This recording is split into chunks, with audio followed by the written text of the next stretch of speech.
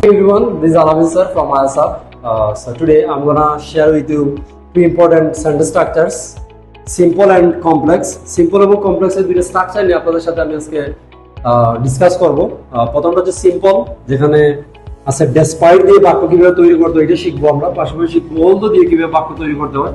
আপনারা জানেন speaking A there is a 25% score on grammatical range and accuracy.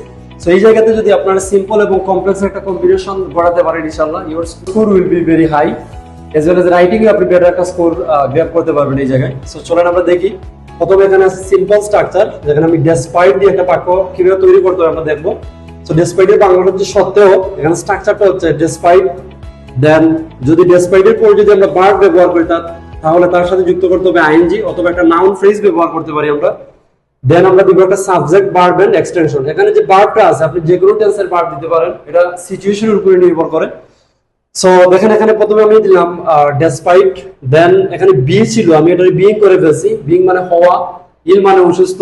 So এখানে বিষয়টা হচ্ছে এরকম যে ডেসপাইট বিইং ইল, অসুস্থ থাকা সত্ত্বেও, দেন দিতে হবে একটা কমা, কারণ বেসিক্যালি এটা একটা ফ্রেজ হইছে এজন্য কমা দিতে হবে। দেন লাগবে আমাদের একটা সাবজেক্ট, সাবজেক্ট হিসেবে এখানে নিচে আই। দেন লাগবে ভার্ব, যেহেতু অতীতকালের কোনো কাহিনী আমি এখানে বলতেছি এই জন্য আমি এখানে বললাম জয়েন্ট। দেন আমি এক্সটেনশন হিসেবে দ্য মিটিংটা ব্যবহার করলাম।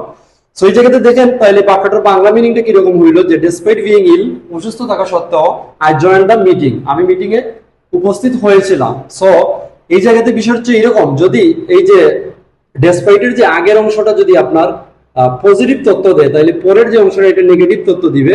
আগেরটা যদি নেগেটিভ তথ্য দেয় তাহলে পরেরটা দিবে পজিটিভ তথ্য।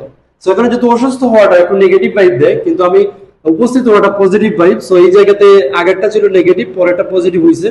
সো এই বিষয়টা হচ্ছে এরকমই, যদি আপনারা ডেসপাইটের পরে পজিটিভ কোনো তথ্য দেন তাহলে অবশ্যই পরের অংশতে অবশ্যই নেগেটিভ তথ্য দিতে হবে, অথবা নেগেটিভ তথ্য দিলে পরের অংশ পজিটিভ তথ্য দিতে হবে। এটা বেসিক্যালি কন্ট্রাস্টিং একটা বিষয় মেনশন করে। তো চলেন এখন আমরা কমপ্লেক্স স্ট্রাকচারটা দেখি। এখানে অলদো আছে, অলদো অর্থ হচ্ছে যদিও, ডেসপাইটের মতোই, কিন্তু একটা বিষয় হচ্ছে লক্ষণীয় যে আপনার ডেসপাইট দিয়ে সাধারণত সিম্পল স্ট্রাকচার হয় এবং সেখানে একটা সাবজেক্ট এবং একটা কি থাকবে, ভার্ব থাকবে। কিন্তু যখন আমরা অলদো দিয়ে বাক্য তৈরি করব তখন অর্থটা সেমই দেয়, কিন্তু এখানে আমাদের লাগবে দুইটা সাবজেক্ট এবং দুইটা কি লাগবে, আমাদের ভার্ব লাগবে। সো এখানে দুইটা ক্লোজ লাগবে। বেসিক্যালি ক্লোজ মিন্স হচ্ছে আপনার বাক্যাংশ যেখানে একটা সাবজেক্ট এবং একটা ভার্ব থাকে।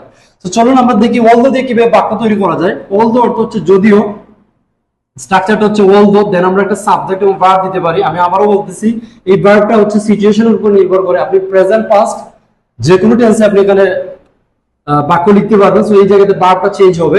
দেন একটা এক্সটেনশন, দেন দিতে হবে কমা। কমার অর্থটা হচ্ছে আপনার তবুও, অলদোর অর্থ যদিও, কমার অর্থ তবুও।